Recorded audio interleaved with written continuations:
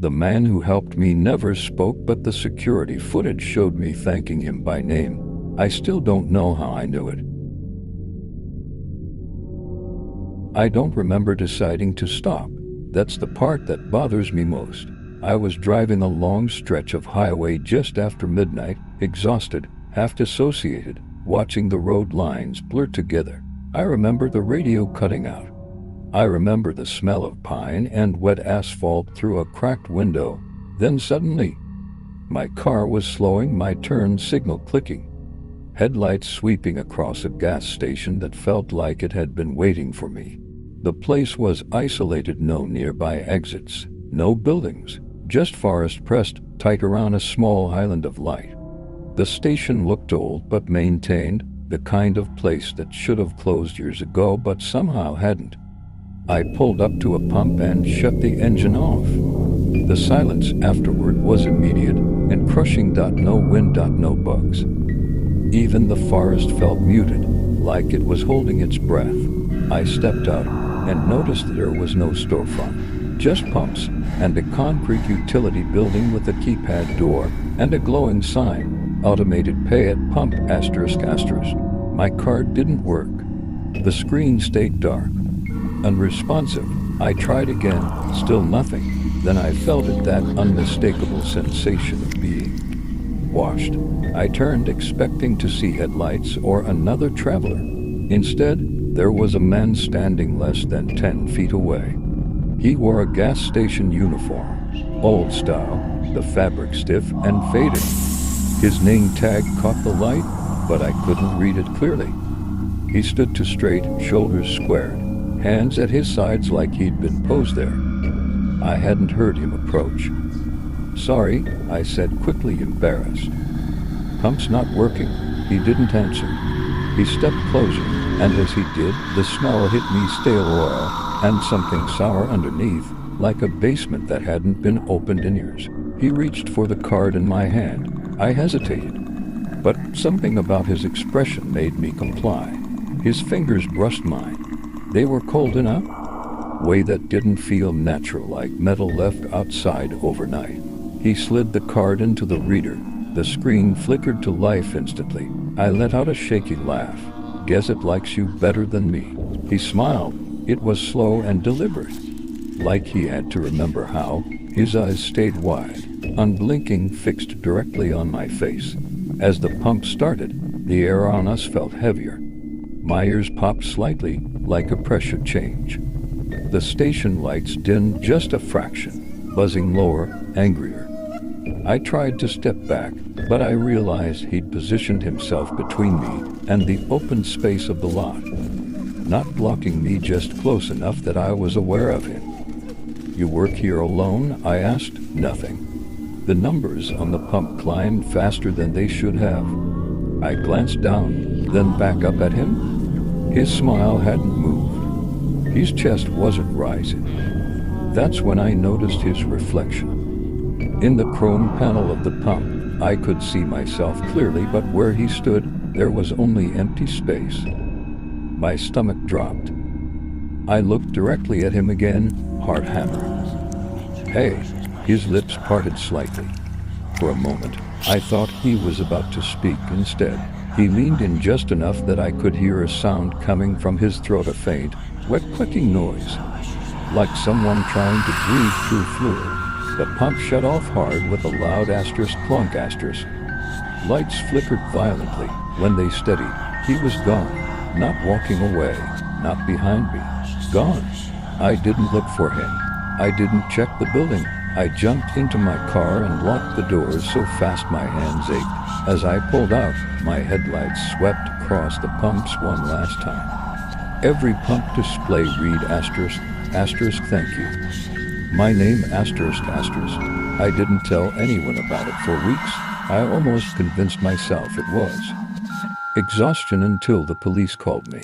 They said my car had been flagged by traffic cameras near that highway, and they wanted to confirm a stop I'd made. When I asked why, the officer hesitated.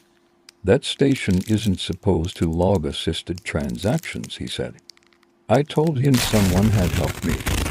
The silence on the line stretched too long. "Can you come in?" he asked. At the station, they showed me footage. Black and white security video from the gas station. It showed my car pulling in, me stepping out, me struggling with the pump. Then it showed me turning toward empty air, smiling, nodding, holding up my card. It showed me standing there, reacting to someone who wasn't visible. At one point, I stepped back suddenly, eyes wide. Like I'd been startled, there was nothing there. The officer paused the footage and zoomed in on the pump reflection. For one frame, just one, there was a shape beside me. Tall, rigid, a face pressed too close to the camera, eyes wide and unfocused. Mouth stretched into something that wasn't quite a smile. "That's him," I whispered. "The officer." Swallowed. "That's the attendant." He told me the man had died 6 years earlier. Night shift, alone. Heart attack. They found him standing beside the pump, card reader still active, eyes open. His name tag had been missing.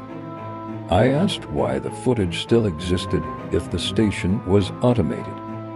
The officer looked at me carefully. "Because sometimes," he said, "the system logs activity when no one's there." That night, I checked my email. There was a receipt time-stamped 2 minutes earlier. Same station, same charge.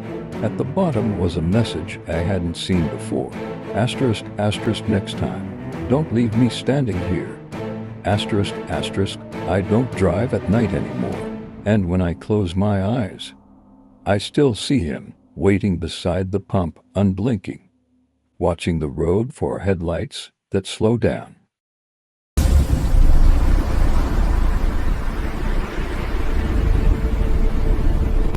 They say underground tanks are sealed steel and concrete, so when I heard knocking from beneath pump 3, I knew something impossible was trying to get out.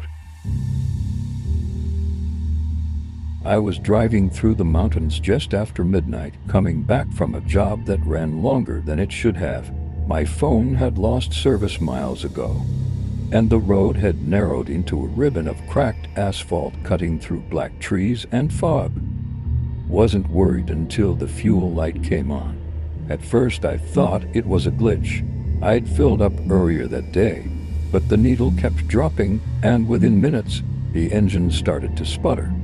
That's when I saw it, a lone gas station glowing faintly ahead, like a ship's light at sea.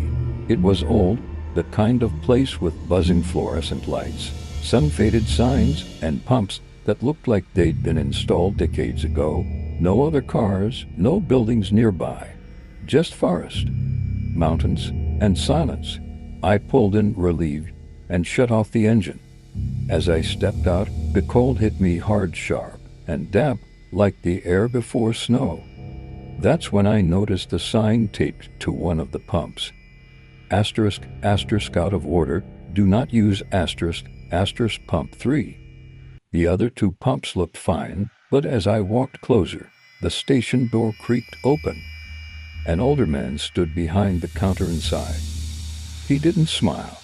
"You can use 1 or 2, he said, voice flat, "not 3. I laughed a little, more from nerves than humor. "That bad, Kai?" He stared at me for a moment too long. "Just don't." I nodded and went to pump 1. The screen flickered when I lifted the nozzle. Nothing happened. Pump 2 did the same, dead.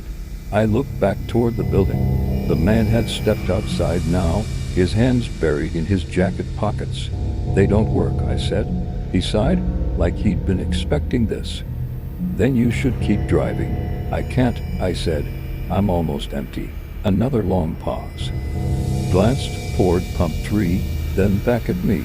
Locals know better. That should have been enough. It really should have.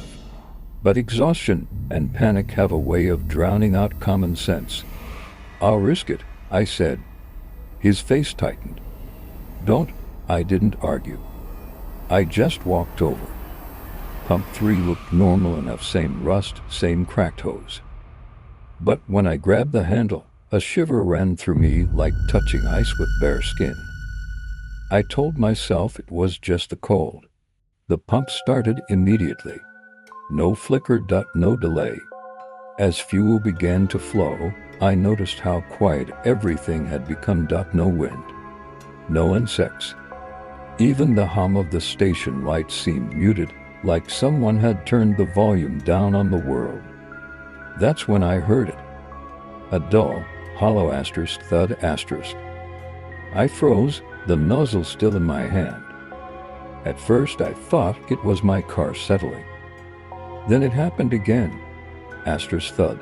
It wasn't coming from the pump, it was deeper, below my feet, knocking slow at first, then faster, more frantic, like fists pounding against metal. The sound echoed faintly through the concrete, vibrating up the hose and into my hands. I let go of the nozzle. It clattered to the ground. Fuel still running, the knocking stopped. For a few seconds, there was nothing. Then something else joined in, a muffled scraping, like nails dragging along steel. And beneath that, so faint I almost missed it, a sound that made my stomach drop. Breathing, I stumbled back, nearly tripping over myself, and looked toward the building. The old man was gone. The knocking exploded all at once, rapid, desperate, like someone realizing they were running out of time. The pump screen glitched wildly, numbers flashing faster and faster, far past what my tank could hold. Then I heard a voice. It didn't come from above, it came from under the ground.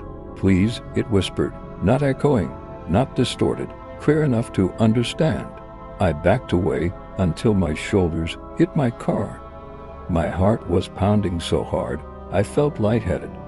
Help me, the voice said, right beneath pump 3. It's dark. The knocking turned into full-on pounding, shaking the concrete slab. I screamed for the attendant, for anyone, but my voice felt swallowed by the trees. Then the pump shut off on its own. Silence rushed back in, heavy and oppressive. The screen on pump 3 went black. The voice stopped.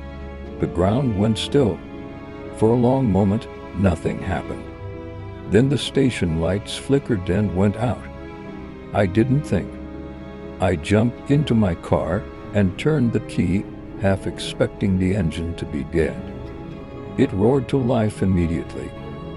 As I sped away, tires screaming on gravel, I glanced in the rearview mirror. The station lights were back on. The old man stood beside pump 3, staring straight at me, and beneath him, on the concrete, I saw fresh cracks spidering outward from the base of the pump, like something underneath had been pushing up for a very long time. I didn't stop driving until the sun came up. Weeks later, curiosity got the better of me. I looked the place up. There were no listings, no address, no record it had ever existed. But I did find a news article from 23 years ago. A gas station explosion in the mountains, a leak in an underground tank, one employee trapped below during repairs. His body was never recovered. And ever since then, locals say the same thing to anyone passing through: don't use pump 3.